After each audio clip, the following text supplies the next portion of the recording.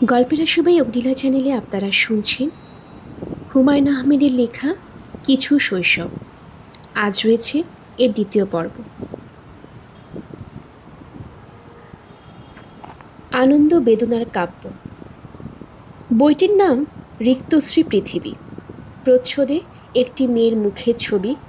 মেয়েটি কাঁদছে, তার মুখের পাশে একটি গ্লোব, একটি বিকট দর্শন নরকঙ্কাল। গ্লোবটি বাঁ হাতে জড়িয়ে ধরে আছে, কঙ্কালটির ডান হাতে একগুচ্ছ রজনীগন্ধা। যথেষ্ট জটিলতা। পৃথিবীর রিক্তশ্রী ফুটিয়ে তোলার আয়োজনে কোনো ত্রুটি নেই। এ ধরনের প্রচ্ছদ চিত্রে বইগুলোর পাতা সাধারণত উল্টানো হয় না, তবুও অভ্যাস বসিয়ে পাতা উল্টালাম এবং একসময় দেখি গ্রন্থকারের লেখা ভূমিকাটি পড়তে শুরু করেছি। শুরু না করলেই বোধহয় ভালো ছিল। ভূমিকাটিতে খুব মন খারাপ করা একটি ব্যাপার আছে। আমার নিজের যথেষ্ট দুঃখ কষ্ট আছে, অন্যের দুঃখ কষ্ট আর ছুঁতে ইচ্ছে করে না। গ্রন্থকার লিখেছেন, দীর্ঘ 5 বছর পূর্বে রিক্তশ্রী পৃথিবীর পাণ্ডুলিপি প্রস্তুত করি। সেই সময় আমার অতি আদরের জ্যৈষ্ঠ কন্যা মোসাম্মত পাণ্ডুলিপি প্রস্তুত করে। নুরুন্নাহার খানুম বেনু উক্ত গ্রন্থের জন্য প্রচ্ছদ চিত্রটি অঙ্কন করে। অর্থাভাবে তখন গ্রন্থটি প্রকাশ করিতে পারিনি। আজ প্রকাশিত হইল, কিন্তু হায়, আমার বেনুমা দেখিতে পাইল না। বইটির দ্বিতীয় পৃষ্ঠায় প্রচ্ছদ শিল্পীর সামান্য একটু পরিচয়ও আছে। সেখানে লেখা, প্রচ্ছদ শিল্পী মোসাম্মত নুরুন্নাহার খানুম, 10ম শ্রেণী, বিজ্ঞান বিভাগ। মফস্বল থেকে প্রকাশিত বইটি হঠাৎ করেই অসামান্য হয়ে উঠল আমার কাছে। এই বইটি ঘিরে দরিদ্র পরিবারের আশা আকাঙ্ক্ষার ছবিটি চোখের সামনে দেখতে পেলাম। লম্বা বেনি, 10ম শ্রেণী, কালো মতো রোগা একটি মেয়ে যেন গভীর ভালোবাসার বাবার বইয়ের জন্য রাত জেগে প্রচ্ছদ আঁকছে। আঁকা হবার পর বাবাকে দেখালো সেটি। পৃথিবীর সব বাবাদের মতো এই বাবাও মেয়ের শিল্পকর্ম দেখে অভিভূত হয়ে গেলেন। রাতে সবাই খেতে বসেছে, দরিদ্র আয়োজন, কিন্তু সবার মুখ হাসি হাসি। বাবা বললেন, পাশ করলে আমার বেনুমাকে আমি আর্ট কলেজে দেব। বেনু বেচারি লজ্জায় মরে যায়। ভাত মাখতে মাখতে বলল, দূর ছাই, মোটেও ভালো হয়নি। বাবা রেগে গেলেন। ভালো হয়নি মানে? আঁকুক দেখি কেউ এরকম একটা ছবি। বই অবশ্যই বাবা প্রকাশ করতে পারলেন না। কে ছাপবে এরকম বই?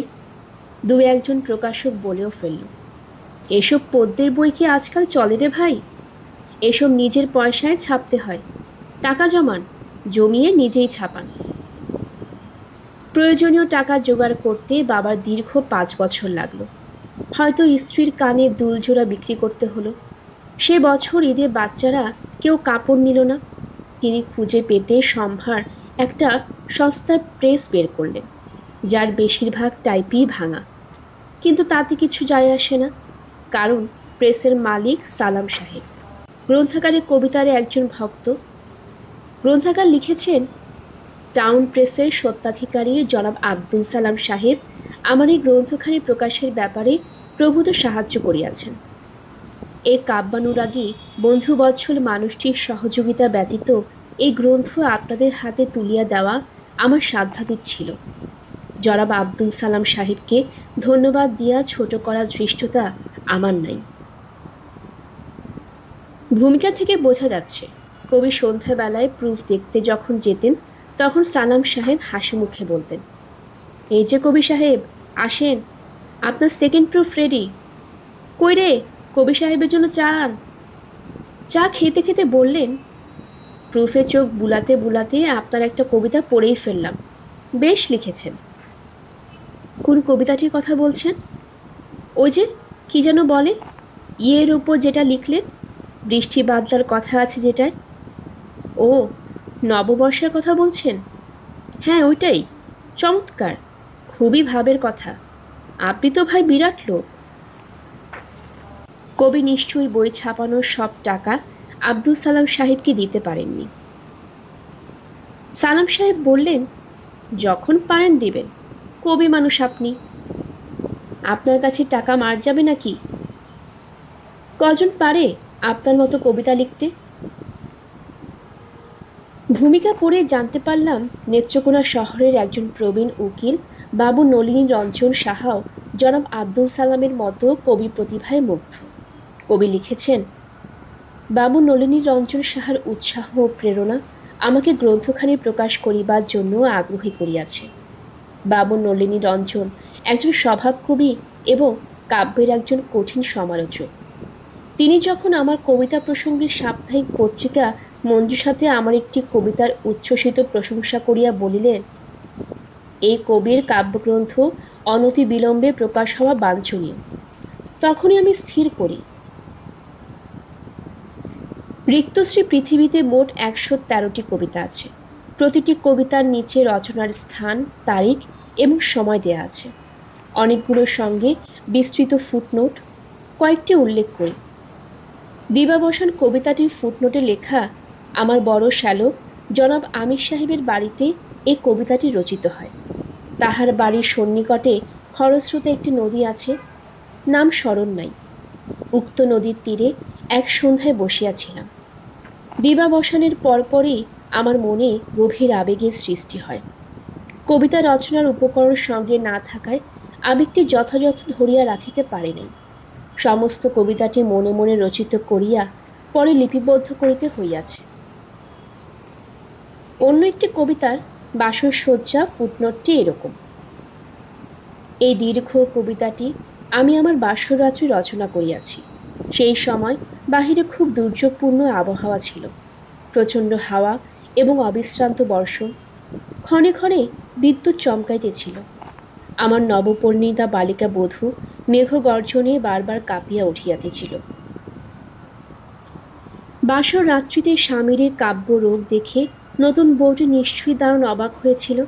তার চোখে ছিল বিস্ময় এবং হয়তো কিছুটা ভয়। কবির স্বামী দীর্ঘ রচনাটি কি সেই রাত্রি পড়ে শুনিয়েছেন তার স্ত্রীকে? না শুনিয়ে কি পারেন? ঝড় জলের রাত, হাওয়ায় মাতামাতি, টাটকা নতুন কবিতা, রহস্যমণ্ডিত এক নারী।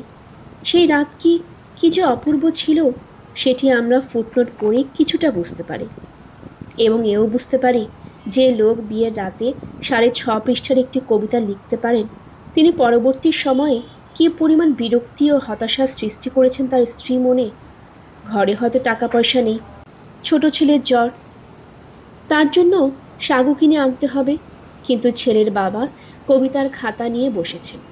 গভীর ভাবাবেগে তার চোখে জল। লিখছেন একদা জ্যোৎস্নায় নামের কোনো দীর্ঘ রচনা। কেন কিছু কিছু মানুষ এমন নিশি পাওয়া হয়?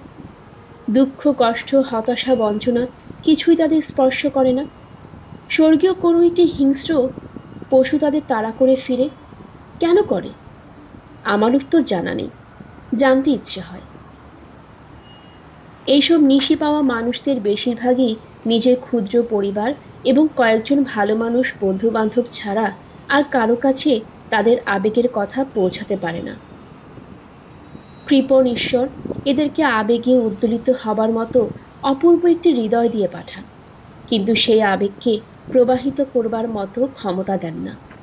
এরা বড় দুঃখী মানুষ। রিক্তশ্রী পৃথিবীর পাতা উল্টাতে উল্টাতে আমার এমন কষ্ট হলো, কবি কত বিচিত্র বিষয় নিয়ে কত আজে বাজে জিনিস না লিখেছেন। ইরানের শাহকে নিয়ে পর্যন্ত একটা কবিতা আছে। কি আছে ওই স্বৈরাচারী রাজার মধ্যে যে তাকে নিয়ে পর্যন্ত একটা কবিতা লিখতে হলো? 3টে কবিতা আছে মহাসাগর নিয়ে। কবি কিন্তু সাগর মহাসাগর কিছুই দেখেননি। সমুদ্র দেখিবার সৌভাগ্য আমার হয়নি, তবে বহুবার আমি মনুষ্যচক্ষে সমুদ্র দেখিয়াছি। ফুটনোট, হে মহাসিন্ধু। কবিতা আমি পড়ি না, কিন্তু রিক্তশ্রী পৃথিবীর প্রতিটি কবিতা আগ্রহ নিয়ে পড়লাম। কিছুই নেই, কষ্টে সঞ্চিত শেষ মুদ্রাটিও নিশ্চয়ই চলে গেছে এই বইয়ে।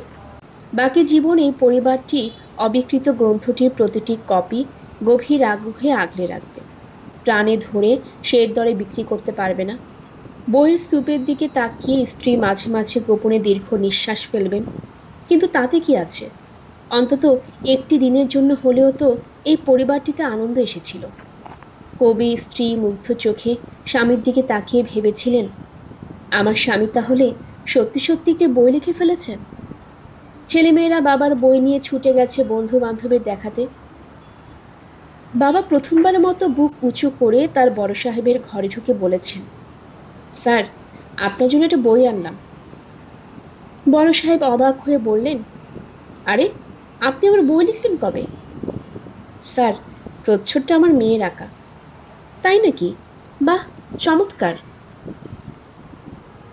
রিক্তশ্রী পৃথিবীর শেষ কবিতাটি সম্পর্কে বলি।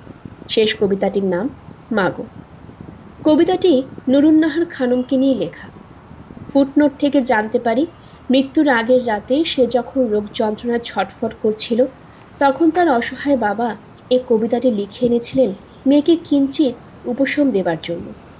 কবিতাটি ক্ষুদ্র এবং রচনাভঙ্গি অন্য কবিতার মতোই কাঁচা, কিন্তু প্রতিটি শব্দ চোখের গহীন জলে লেখা বলে বোধ করি কবিতাটি দুঃখী বাবার মতোই হাহাকার করে ওঠে। সেই হাহাকার বিশ্ব ব্রহ্মাণ্ড ছাড়িয়ে চলে যায় অদেখা সব ভুবনের দিকে। একটি মাত্র কবিতা লিখেও কেউ কেউ কবি হতে পারে। অল্প কিছু পংক্তি মালাতেও ধরা দিতে পারে কোনো এক মহান বোধ, মহান আনন্দ, জগতের গভীরতম ক্রন্দন। সেই অর্থে আমাদের রিক্তশ্রী কবি একজন কবি। আমার বাবা বড় মাপের শিক্ষক ছিলেন। কাউকে কিছু বুঝতেই না দিয়ে তিনি আমাদের জীবনে গভীরতম বোধের শিক্ষা দিতে পেরেছিলেন। জীবনের জটিলতা আমরা তার কাছে শিখিনি, শিখেছি জীবনের সারল্য। এই শিক্ষা কঠিন শিক্ষা। বাবার মৃত্যুর পর তার এক কলিগ আমার মায়ের সঙ্গে দেখা করতে বাবর রোডের বাসায় এলেন। আগমনের উদ্দেশ্য সমবেদনা জানানো।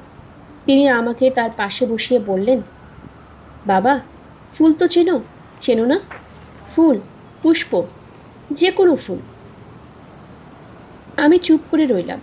তিনি বললেন, তোমার বাবা ছিলেন খুব সুন্দর একটা ফুল। এই কথাটা সারা জীবন মনে রাখবে, আর কিছু মনে রাখার প্রয়োজন নাই। মা আবেগে অভিভূত হয়ে বললেন, আপনি ওনার জন্য দোয়া করবেন। ভদ্রলোক বললেন, ফয়জুর রহমানের জন্য কারো দোয়ারই প্রয়োজন নেই। শুরুতে একবার লিখেছিলাম, পরম করুণাময় আমার বাবার প্রতি তেমন করুণা করেননি। এখন মনে হচ্ছে ভুল লিখেছি। পরম করুণাময় বিশেষ করুণা করেছেন বলেই না তাকে ফুলের সঙ্গে তুলনা করা হয়। কেউ একজন বলতে পারে ফয়জুর রহমানের জন্য কারো দোয়ার প্রয়োজন নাই। যুক্তফ্রন্ট নির্বাচন এবং রবীন্দ্রনাথ ঠাকুর। সন্তানিক বলতে পারবো না, শৈশবে বড় ধরনের একটি নির্বাচনের স্মৃতি মনে আছে। মনে হয় যুক্তফ্রন্টের নির্বাচন। মিছিল স্লোগানে উত্তেজিত মীরাবাজার। আমি বিশেষভাবে উত্তেজিত সম্পূর্ণ ভিন্ন কারণে। নির্বাচন উপলক্ষে মীরাবাজারের দোকানঘরগুলির একটি যুক্তফ্রন্টের অফিস। অফিস ভর্তি নির্বাচনী কার্টুন। যিনি কার্টুন আঁকেন তার চেহারা অবিকল রবীন্দ্রনাথের মতো। আমার প্রধান কাজ অফিসের আশেপাশে ঘোরাঘুরি করা, লোকজন কম থাকলে অফিসে ঢুকে পড়া, নতুনকে কার্টুন আঁকা হলো সেসব দেখা, এবং কার্টুন শিল্পী রবীন্দ্রনাথের ধমক খাওয়া। উনি আমাকে দেখলেই রেগে গিয়ে বলতেন, যা বললাম, থাপ্পড় খাবি। কার্টুন শিল্পী আমাকে ধমকাতে ধমকাতে একসময় বিরক্ত হয়ে ধমক দেওয়া বন্ধ করলেন। আমি অফিসে ঘুরঘুর করলেও কিছু বলেন না। তার ঘাড়ের ওপর উকি দিয়ে ছবি আঁকা দেখলেও কিছু বলেন না। বড়ই আশ্চর্যের কথা, ছবি আঁকার ফাঁকে ফাঁকে দু একটা কথাও বলেন। খোকা, বড় হলে কি হবে? ব্যারিস্টার। ব্যারিস্টার হবার কোনো ইচ্ছা কখনোই আমার ছিল না। ব্যারিস্টার জিনিসটা কি তাও জানতাম না। বড় হয়ে আমার আইসক্রিমওয়ালা হবার ইচ্ছা, সবাইকে তাই বলতাম। ব্যারিস্টারের বিষয়টা বড় মামা আমার মাথায় ঢুকিয়েছেন, বলে দিয়েছেন বড় হয়ে কি হবে। কেউ জিজ্ঞেস করলে বলবে ব্যারিস্টার হব, কিংবা অ্যারোপ্লেনে পাইলট হব। কখনো বলবে না আইসক্রিমওয়ালা হব। আমি বড় মামার কথা মতো কখনো বলি ব্যারিস্টার, কখনো বা অ্যারোপ্লেন পাইলট। ছবি আঁকতে পারো? না। শিখবে? আচ্ছা, ঠিক আছে, ব্যবস্থা হবে। একদিন ব্যবস্থা হলো। তিনি নীল একটা পেন্সিল আমার হাতে ধরিয়ে দিয়ে বললেন, ছবি আঁকো। আমাদের সময় লাল নীল পেন্সিল বলে একটা জিনিস ছিল। মোটা পেন্সিল, অর্ধেকটা গাঢ় লাল শীষ, বাকি অর্ধেক গাঢ় নীল। বড় একটা গোল্লা আঁকো। আমি আঁকলাম। গোল্লার ভেতর দুটো ছোট গোল্লা আঁকো। ছোট গোল্লা আঁকলাম। এখন দুই ছোট গোল্লার ভেতর দুটো ফোঁটা দাও, তারপর দেখো কি হয়েছে। আমি অবাক হয়ে দেখলাম একটা বালকের মুখ আঁকা হয়েছে, যে চোখ বড় বড় করে তাকিয়ে আছে। কার্টুনিস্ট আমার হাত থেকে কাগজটা নিয়ে দ্রুত কয়েকটা টান দিলেন। বালকের মুখ হয়ে গেল বিড়ালের মুখ। বিড়ালটা লেজ উঁচু করে বসে আছে। আমার বিস্ময় সীমা রইল না। এ কি করে সম্ভব? তিনি লাল নীল পেন্সিলটা আমাকে দিয়ে দিলেন। আমি আনন্দে অভিভূত হলাম। অনেক অনেক দিন এই পেন্সিল আমার পকেটে পকেটে ঘুরেছে। তবে ছবি আঁকা তেমন হয়নি, কারণ ছবি আঁকার কাগজ নেই। বাবার একটা বড় খাতা ছিল, জন্ম বৃত্তান্ত খাতা, যেখানে তার ছেলে মেয়েদের সঠিক জন্মক্ষণ, রাশিফল ইত্যাদি লেখা থাকত। ওই খাতার সাদা পাতা চুরি করে কিছু ছবি আঁকা হতো। ব্যাপারটা একদিন প্রকাশিত হয়ে পড়ার পর বাবা দয়াপরবশ হয়ে ছবি আঁকার কাগজ কেনার একটা বাজেট করে দেন। তারও বেশ কয়েক বছর পর তিনি তার ছেলে মেয়েদের আঁকা ছবির একটি প্রদর্শনী করেন। আমাদের বাসার বারান্দার সব ছবি ঝুলিয়ে দেওয়া হয়। তিনি গম্ভীর ভঙ্গিতে প্রতিটি ছবি দেখেন এবং একটি ছবিকে প্রথম ঘোষণা করেন। ছবিটা জাফর ইকবালের আঁকা সাইকেলের ছবি। সাইকেলের সামনের চাকাটা বড়, পেছনেরটা বেশ ছোট।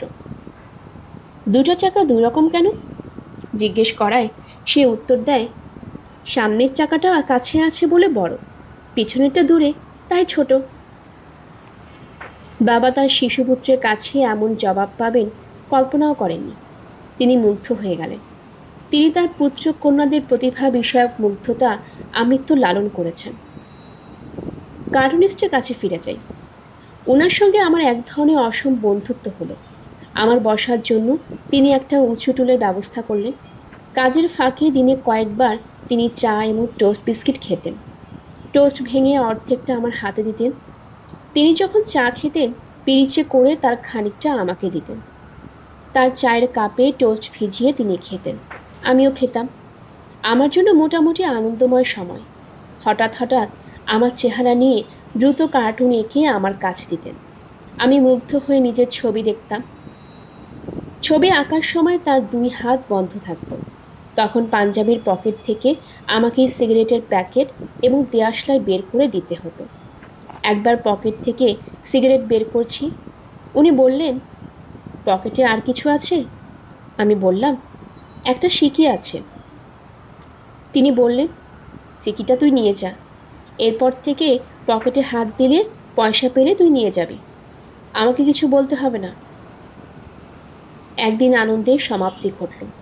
খারাপভাবে ঘটল ঘটনাটা। কার্টুনিস্ট ছবি আঁকছেন, আমি তার ঘাড়ের ওপর মাথা বের করে গভীর আগ্রহে দেখছি। আমার স্কুল বন্ধ, সকাল থেকেই আছি। আর্টিস্টের জন্য চা এবং টোস্ট বিস্কিট এসেছে। টোস্ট বিস্কিটের অর্ধেকটা ভেঙে কখন আমার হাতে দেওয়া হবে তার জন্য আমার ব্যাকুল প্রতীক্ষা। এই সময় এক লোক অফিসে ঢুকল। ধাক্কা দিয়ে সে আর্টিস্টকে ফেলে তার গলা পা দিয়ে চেপে ধরল। অফিসে যে দুজন ছিল তারা ছুটে এলো এবং তারাও আর্টিস্টের ওপর ঝাঁপিয়ে পড়ল। আমি ভয়ে কাঁপতে কাঁপতে ঘরের বাইরে এসে দাঁড়ালাম। ভেতর থেকে চিৎকার আসছে, মেরে ফেল, কুত্তাটাকে মেরে ফেল।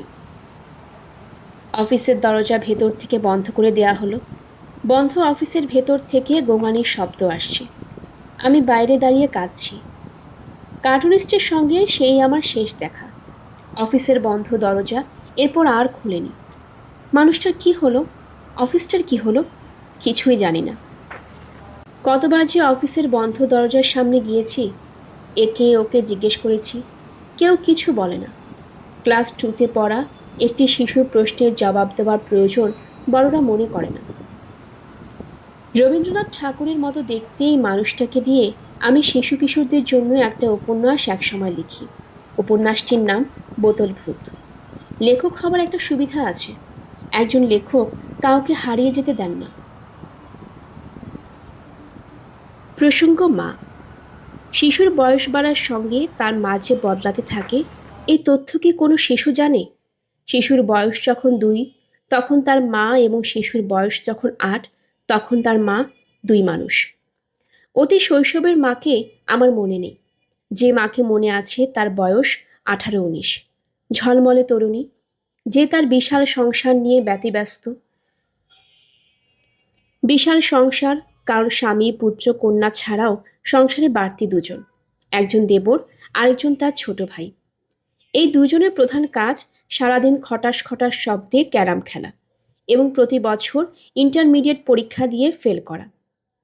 রেজাল্ট আউট হওয়ার পরের কয়েকদিন ক্যারাম খেলা বন্ধ থাকে, আবার শুরু হয় খটাস খটাস। 18-19 বছরের একজন তরুণীর চোখে নানান স্বপ্ন থাকে। আমার মায়েরও নিশ্চয়ই ছিল। স্বপ্নকে প্রবাহিত করার কোনো সুযোগ কি ছিল? আমার মনে হয় না। মহিলার স্বামী মানুষ হিসেবে ইন্টারেস্টিং, ভাবুক, প্রেমিক, জটিলতা মুক্ত, প্রায় মহাপুরুষ পর্যায়ের একজন। মহাপুরুষ দিয়ে সংসার চলে না, সংসারের চালিকার শক্তি অর্থ। মহাপুরুষের অর্থ ছিল না, তার বেতন ছিল সর্বসাকুল্যে 80 টাকা। এই টাকার একটি অংশ চলে যেত দেশের বাড়িতে, একটি অংশ বই কেনায়, ক্যামেরার ফিল্ম কেনায়, একটি অংশ গান বাজনার আসরে বন্ধুদের পেছনে। বাকি যা থাকতো, যা তিনি স্ত্রীর হাতে দিয়ে মধুর হাসি হেসে বলতেন, কষ্ট করে চালিয়ে নাও। মা চোখের পানি ফেলতেন। পুলিশের চাকরির কারণে বাবা রেশন পেতেন, ভাত ডালের ব্যবস্থা হতো। বাকি খরচ কোত্থেকে আসবে? পুলিশের রেশনে কাপড় দেয় না। মাকে তাকিয়ে থাকতে হতো তার বাবার দিকে। উনি প্রায়ই কন্যার শাড়ি কিনে পাঠাতেন।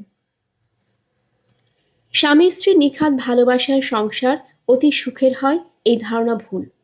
সংসার সুখের হতে হলে কিছু অর্থের অবশ্যই প্রয়োজন হয়। আমার মায়ের নিশ্চয়ই ইচ্ছা করত ভালো কোনো খাবার তার স্বামী পুত্র কন্যাদের পাতে তুলে দিতে। তিনি কখনোই তা পারেননি। মার কাছ থেকে শোনা আমাদের বাসায় মেনু ছিল নাস্তা, রুটি, পেঁপে ভাজি, আটা পুলিশের রেশন।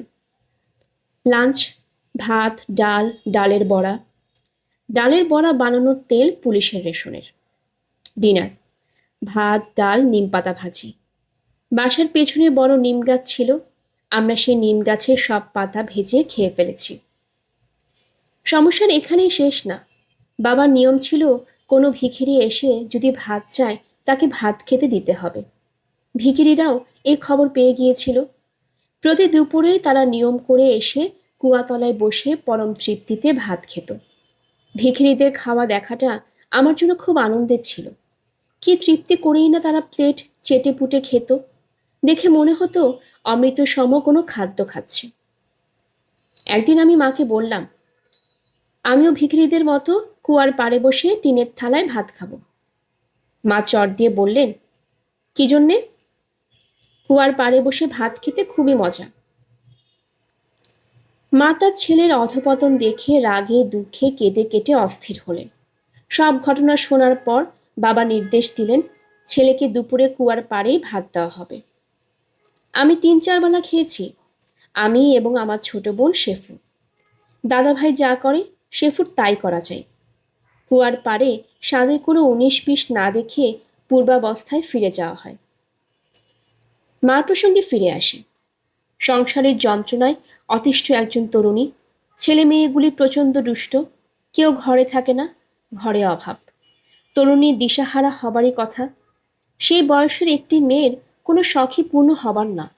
হঠাৎ হঠাৎ ছবির ঘরে ছবি দেখতে যাওয়া, এ পাড়া ও পাড়া বেড়ানো।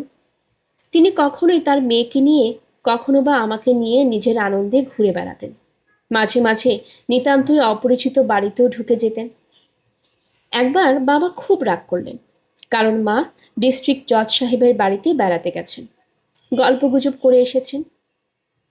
বাবা বললেন, আয়েশা শোনো, আমি নিতান্তই সাধারণ এক পুলিশের দারোগা। জজ সাহেব কত উপরের একজন মানুষ, তুমি কি মনে করে তার বাড়িতে গেলে? মা বললেন, অসুবিধা কি? আমার স্বামী সাধারণ একজন দারোগা, কিন্তু আমার ছেলেমেয়েরা একদিন অবশ্যই জজ ব্যারিস্টার হবে। আমি জজ ব্যারিস্টারের মা হিসেবে ওই বাড়িতে গিয়েছি। বাবা হেসে দিয়ে বললেন, তোমার যুক্তি মানলাম, তুমি যেখানে ইচ্ছা যাবে। অভাব অনটন এক একজনের উপর এক একভাবে ক্রিয়া করে। অভাব অনটন মাকে যুক্তিবাদী করল। মার কাছ থেকে আমি শিখেছি লজিক। আমি বাজি রেখে বলতে পারি, লজিকে কেউ তাকে হারাতে পারবে না। তবে আমি কয়েকবার হারিয়েছি। মা নিশ্চয়ই পুত্রের কাছে লজিক পরাজিত হয়ে খুশি হয়েছেন, কারণ ছাত্র এবং পুত্র এই দুয়ের কাছে পরাজয়ের আনন্দ আছে। এই দুয়ের বাইরে কারো কাছে পরাজিত হওয়া দুঃখের এবং কষ্টের ব্যাপার। মাকে লজিকে হারানোর গল্পটা বলি। আমি দীর্ঘদিনের সংসার ভেঙে অভিনেত্রী শাওনকে বিয়ে করলাম। মা চিন্তাই করতে পারেননি তার কোনো ছেলে এমন কাণ্ড করবে। তিনি তার ছেলেকে ত্যাগ করলেন। আমার সব ভাই বোনেরা একই কাজ করল। তাদের যুক্তি, আমি পরিবারকে ছোট করেছি, তাদেরকেও ছোট করেছি। আমার কর্মকাণ্ডে আমার ভাই বোনেরা কেন ছোট হবে আমি বুঝতে পারি না।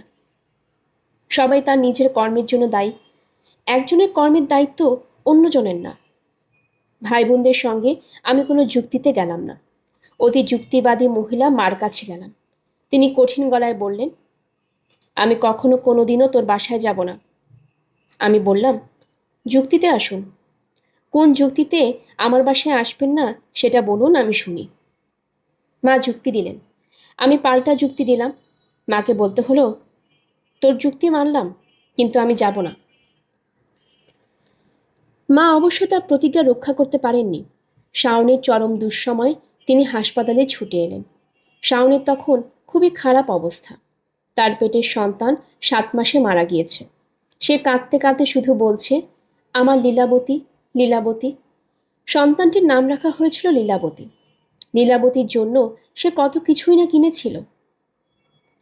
আমি অল্পতেই ভেঙে পড়ি। মা পাশে এসে দাঁড়াতেই অনেক সাহস পেলাম। হঠাৎ মনে হলো, আমি তো একা না, আমার মা আমার পাশে আছেন, এবং অবশ্যই আমার মৃত বাবাও হাসপাতালের এই ঘরেই আছেন। গভীর বেদনায় বলছেন, বাচ্চু নেই বড় বেটা, হুমায়ুনের পাশে কেউ নেই কেন? কেন আমার ছেলে একা একা কাঁদবে? আমি কি এই শিক্ষায় আমার ছেলে মেয়েদের দিয়েছি? বাবা তার সব ছেলে মেয়েকে নাম ধরে ডাকতেন। শেফু, ইকবাল, শাহিন, শুধু তার বড় ছেলের জন্য আলাদা নাম এবং বিরাট নাম, বাচ্চুনি বড় বেটা হুমায়ুন। আমার এবং শাওনের দুঃসময়ে দেশের এবং দেশের মানুষের যে সমবেদনা পেয়েছি তার কোনো তুলনা নেই। আমি ধন্য, শাওন ধন্য। আমার ভাই বোনেরা কেউ সামান্য একটা টেলিফোনও করল না। এই দুঃখবোধ আমৃত্যু আমার সঙ্গে থাকবে। পরকালে আমার কন্যা লীলাবতী যখন তার চাচা এবং ফুফুদের জিজ্ঞেস করবে, আমার বাবা যখন ঘরের সব দরজা জানালা বন্ধ করে একা একা কাঁদছিল, তখন তোমরা তাকে একটা সান্ত্বনার কথা কেন বলনি? আমার ভাই বোনেরা কি লীলাবতীর প্রশ্নের জবাব দিতে পারবে? হয়তো পারবে। শিশুদের অতি সহজেই ভুলানো যায়। স্বর্গের শিশুদের ভুলানো তো আরও সহজ। মার ঘড়ি। বিস্ময়কর ঘটনা ঘটেছে। মা উপহার হিসেবে বাবার কাছ থেকে একটা হাতঘড়ি পেয়েছেন। আনন্দে মা আত্মহারা। ঘড়ি হতে পারে তিনি লাজুক হাসি হাসছেন। আমরা ছোটরা মুগ্ধ। আমাদের ধারণা পাশের বাড়ি দাদু নাদু দিলিতের মতো আমরাও ধনী হয়ে গিয়েছি। মার এই বিশেষ উপহার প্রাপ্তির কারণ বাবা প্রমোশন পেয়ে পুলিশ ইন্সপেক্টর হয়েছেন। আমার ধারণা হলো তিনি বিরাট কিছু হয়ে গেছেন। আগে সাইকেলে করে অফিসে যাওয়া আসা করতেন, এখন নিশ্চয়ই পুলিশের জিপে যাওয়া আসা করবেন। ঈদ ছাড়াও আমাদের জন্য নতুন জামা জুতা কেনা হবে, এরকম ক্ষীণ আশাও হলো। দুঃখের ব্যাপার হলো মায়ের ঘড়ি ছাড়া আমাদের জীবনযাত্রা কোনো রকম পরিবর্তন হলো না। সকালের নাস্তা সেই আটার রুটি এবং পেঁপে ভাজি। রুচি বদলের জন্য মাঝে আটার রুটি এবং চিনি। কয়েকদিন আগে ব্যাংককে একটা 5 স্টার হোটেলে রাত কাটিয়েছি। সকালে ব্রেকফাস্ট ফ্রি, বিশাল ডাইনিং হল। ব্রেকফাস্ট হিসেবে কত রকমের খাবারই না সেখানে থরে থরে সাজানো। হঠাৎ করেই মীরা বাজারের রান্নাঘরে পিঁড়িতে বসে শৈশবের নাস্তা খাবার দৃশ্য মনে পড়ল। চোখে পানি এসে যাচ্ছিল। অনেক কষ্টে চোখের পানি সামলালাম। ঘড়ি প্রসঙ্গে ফিরে যাই। মা তার ঘড়ি অতি যত্নে গোপন এক জায়গায় লুকিয়ে রাখলেন। তার ভয়ে আমাকে নিয়ে। তার বড় ছেলে অতি দুষ্ট। সংসারের অনেক জিনিস সে নষ্ট করেছে। মা ঘড়ি কোথায় রেখেছেন খুঁজে বের করতে আমার মোটেও দেরি হলো না। এক দুপুরে মা যখন ঘুমে, আমি ঘড়ি নিয়ে বের হয়ে গেলাম। নানান কায়দা কানুন করে ঘড়ির ডালা খোলা হলো। প্রায় চোখে দেখা যায় না এমন একটা স্প্রিংয়ের মাথা ও মাথা করছে। কি অপূর্ব দৃশ্য! কৌতূহল মেটার পর ঘড়ির ডালা বন্ধ করে আগের জায়গায় রেখে দিলাম। সন্ধ্যাবেলা বাবা অফিস থেকে ফেরার পর মা তাকে জানালেন, ঘড়িটা চলছে না। বাবা অবাক হয়ে বললেন, চলবে না কেন? নতুন ঘড়ি। তিনি তৎক্ষণাৎ ঘড়ি নিয়ে গেলেন সারাই করতে। ঘড়ি ঠিক হয়ে বাড়ি ফিরল। কয়েকদিন পর আমি সেই ঘড়ি আবারও নিয়ে গেলাম। ঘড়ির ভেতর স্প্রিংয়ের ছোটাছুটি দেখতে ইচ্ছে করল। কি অপূর্ব দৃশ্য! ঘড়ি আবার নষ্ট। ঘড়ির ব্যাপারে বাবা মা দুজনেই হতাশ হয়ে গেলেন। দুদিন পর পরই সারাই করতে পাঠানো হচ্ছে, টাকা খরচ হচ্ছে। বাবা সিদ্ধান্ত নিলেন এই ঘড়ি আর সারানো হবে না। মা সিদ্ধান্ত মেনে নিলেন, কারণ ঘড়িটার উপর থেকে সম্পূর্ণ ভিন্ন কারণে তার মন উঠে গিয়েছিল। বাবার পুলিশ ইন্সপেক্টরের প্রমোশন বাতিল করে তাকে আবার আগের পোস্টে নামিয়ে দেওয়া হয়েছিল। যে প্রমোশন উপলক্ষে ঘড়ি, সে প্রমোশনই তো বাতিল। 50 বছর পরের কথা। ব্যাংককের এক দোকানে শাওন কেনাকাটা করছে। তার ইচ্ছা, নুহাস চলচ্চিত্রের সব স্টাফকে সে একটা করে ঘড়ি উপহার দিবে। সে ঘড়ি পছন্দ করছে। আমি পাশে দাঁড়িয়ে আছি। হঠাৎ তাকে বললাম, এই ঘড়িটা কেন তো? শাওন বলল, এটা তো মেয়েদের ঘড়ি। আমি বললাম, ঘড়িটা আমি আমার মাকে উপহার দেব। শাওন বলল, ওনার জন্য আরও অনেক দামি ঘড়ি কেন, এটা তো তেমন দামি না। আমি বললাম, আমার এই ঘড়িটাই দরকার। ঘড়িটা অবিকল আমার মায়ের প্রথম ঘড়িটার মতো, যেন স্বামীর সেই ঘড়ি সন্তানের হাতে ফিরে এসেছে। মা এখন পল্লবীতে তার কনিষ্ঠ পুত্রের সঙ্গে থাকেন। আমি উপহার তার কাছে পাঠিয়ে জিজ্ঞেস করলাম, আম্মা, ঘড়ি পছন্দ হয়েছে? তিনি বললেন, হ্যাঁ। হাতে পড়েছেন? তিনি বললেন, হ্যাঁ। আমি বললাম, ঘড়িটাকে আপনি চিনতে পেরেছেন? তিনি জবাব দিলেন না। আমি টেলিফোন রেখে দিলাম। বড় মামা শেখ ফজলুল করিম। আমার লেখক হয়ে ওঠার পেছনে বড় মামা শেখ ফজলুল করিমের কিছু ভূমিকা আছে। তিনি কবিতা ও গান লিখতেন, কাব্য নাটক লিখতেন। তার লেখা নাটক আমাদেরকে দিয়ে করাতেন। ছবি আঁকতেন, আমাদের ছবি আঁকা শেখাতেন। তবে ছবির মধ্যে শুধু হাতি আঁকতে পারতেন। হাতি ছাড়া অন্য কোনো জীবজন্তু আঁকতে পারতেন না। তার কথা বিশদভাবে বলা প্রয়োজন। বড় মামা আমাদের সঙ্গেই থাকতেন। আগেই বলেছি, তার প্রধান কাজ ছিল ক্যারাম খেলা এবং ইন্টারমিডিয়েট পরীক্ষা দিয়ে ফেল করা। তার অপ্রধান কাজ ছিল আশেপাশের তরুণীদের প্রেমে পড়া, তরুণীদের নিয়ে বিচ্ছেদমূলক গান রচনা করা এবং তাদেরকে দীর্ঘ চিঠি লেখা। দীর্ঘ চিঠির বাহক আমি। ডাকপিয়নের কাজটা আমার জন্য আনন্দময় ছিল। প্রতিবার চিঠি নিয়ে গেলে 2 পয়সা, তখন 2 পয়সা মুদ্রা ছিল, কখনো বা 1 আনাও পাওয়া যেত। তিনি প্রথম চিঠি লিখলেন লায়লা খালার ছোট বোনটিকে। ইনার নাম আমার মনে নেই। এই 2 বোন আমাদের পাশের বাড়িতে থাকতেন। তাদের বাবা কৃষি কর্মকর্তা ছিলেন। চিঠিটি সেই তরুণী রাগী রাগী মুখে নিল। চিঠি পড়ে বলল, কাজল, চিঠি আনানোর কাজ আর কখনো করবে না। এসব ভালো না। আরেকবার যদি চিঠি আনো, থাপ্পড় খাবে। আমি ফিরে এলাম। বড় মামা চিঠি পাওয়ার পর তরুণী কি করলো জানতে চাইল। আমি আসল ঘটনা চেপে গিয়ে বললাম, উনি খুশি হয়েছেন। বড় মামার মুখ আনন্দে উদ্ভাসিত হলো। তিনি তরুণীকে লেখা আরও কিছু চিঠি আমাকে দিয়ে পাঠালেন। সেই সব চিঠি যথাস্থানে পৌঁছালাম না। চিঠির সঙ্গে পাওয়া পয়সা খুব কাজে এলো। মেয়েটির প্রতি মামার প্রেম গাঢ় থেকে গাঢ়তর হতে লাগলো। তিনি শুরু করলেন গান লেখা। আমি মামার গানের সর্বকনিষ্ঠ শ্রোতা। আমি ক্লাস 2-র ছাত্র। সেই সব গানে ভাটি অঞ্চলের এক মেয়ের কথা থাকতো, যে ঘাটে বসে থাকতো আওলা চুলে, তাকিয়ে থাকতো উজানের দিকে। আমি শ্রাবণ মেঘের দিন ছবিটার জন্য একটা গান লিখেছিলাম। একটা ছিল সোনার কন্যা মেঘবরণ কেশ, ভাটি অঞ্চলে ছিল সেই কন্যার দেশ। এখন মনে হচ্ছে এই গানের বীজ বড় মামার রোপণ করা। তার ভাটি অঞ্চলের মেয়ে শ্রাবণ মেঘের দিন ছবিতে মূর্ত হয়েছে। এই ছবি দেখে যেতে পারলে তার নিশ্চয়ই খুব ভালো লাগতো। বড় মামা আমাদের সঙ্গে দীর্ঘদিন থাকলেন। সিলেট থেকে বদলি হয়ে বাবা কত না জায়গায় গিয়েছেন, বড় মামা আছেন আমাদের সঙ্গে। অতি বুদ্ধিমান একজন মানুষ তার সমস্ত মেধা দুলাভাইয়ের সংসারে শেষ করে পরন্ত বেলায় নিজ অঞ্চলে চলে গেলেন। পরম করুণাময় তার কোনো বাসনা পূরণ না করলেও একটি বাসনা কিন্তু পূরণ করলেন। ভাটি অঞ্চলের রূপসী এক কন্যার সঙ্গে তার বিয়ে হলো। পুরোপুরি বিয়ে না, আক্ত অনুষ্ঠান, বিয়ের লেখাপড়া। শুভদিন দেখে বউ উঠিয়ে আনা হবে। ভাটি অঞ্চলের এই মেয়েকে দেখতে অনেকের সঙ্গে আমিও গেলাম। বড় মামা আমাকে আড়ালে ডেকে নিয়ে বলে দিলেন, নজর করে মেয়ে দেখবে। শুনেছি মেয়ে কালো, এটা তো ঠিক না। কালো মেয়ে তো আমি বিবাহ করব না। উজ্জ্বল শ্যামলা পর্যন্ত চলে, তার নিচে চলে না। মেয়েটিকে দেখার দৃশ্যটি এখনও আমার চোখে ছবির মতো ভাসছে। আমাকে একটি বিশাল বড় ঘরে নিয়ে যাওয়া হলো, পাকা দালান। মেয়েটি পুরনো আমলে খাটের উপর বসে আছে। মেয়েটির পেছনে প্রকাণ্ড জানালা, জানালা দিয়ে হাওর দেখা যাচ্ছে। হাওর থেকে হাওর আসছে, হাওয়ায় মেয়েটির চুল উঠছে। মেয়েটির হাত দিয়ে বারবার তার চুল ঠিক করছে। মেয়েটির এক পাশে সবুজ রুমালে কি যেন বাঁধা। সে হাত ইশারা করে আমাকে ডাকল। আমি তখন ক্লাস 4-এ পড়ি। আমি অস্বস্তিতে মরে যাচ্ছি, কেন জানি খুব লজ্জাও লাগছে। আমি কাছে গিয়ে দাঁড়াতেই মেয়েটি সবুজ সিল্কের রুমাল আমার হাতে তুলে দিয়ে মিষ্টি করে হাসল। আমার কাছে মনে হলো মেয়েটার পায়ের রং কালো, কিন্তু মেয়েটা তো খুব রূপবতী। আমি রুমাল নিয়ে ফিরে এলাম। রুমাল খুলে সবাই হকচকিয়ে গেল।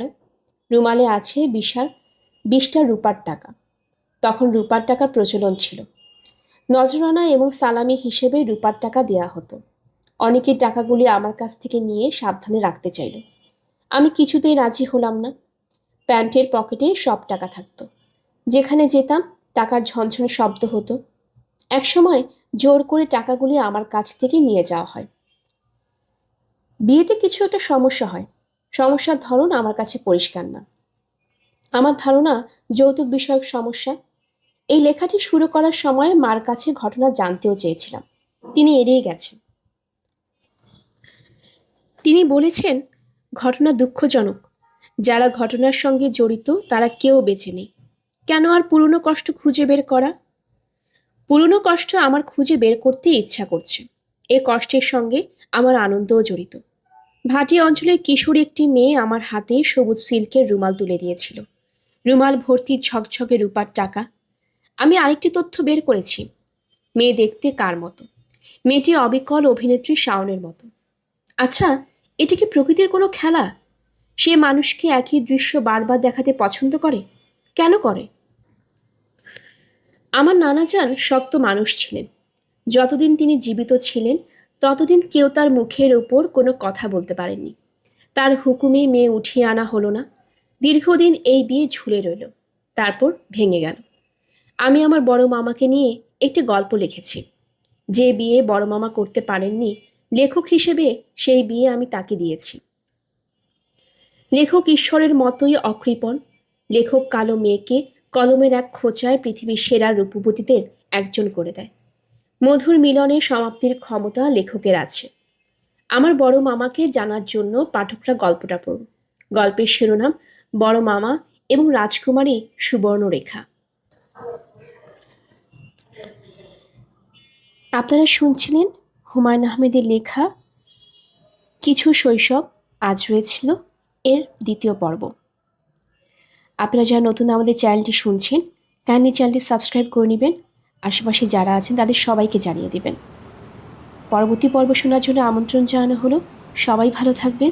ধন্যবাদ।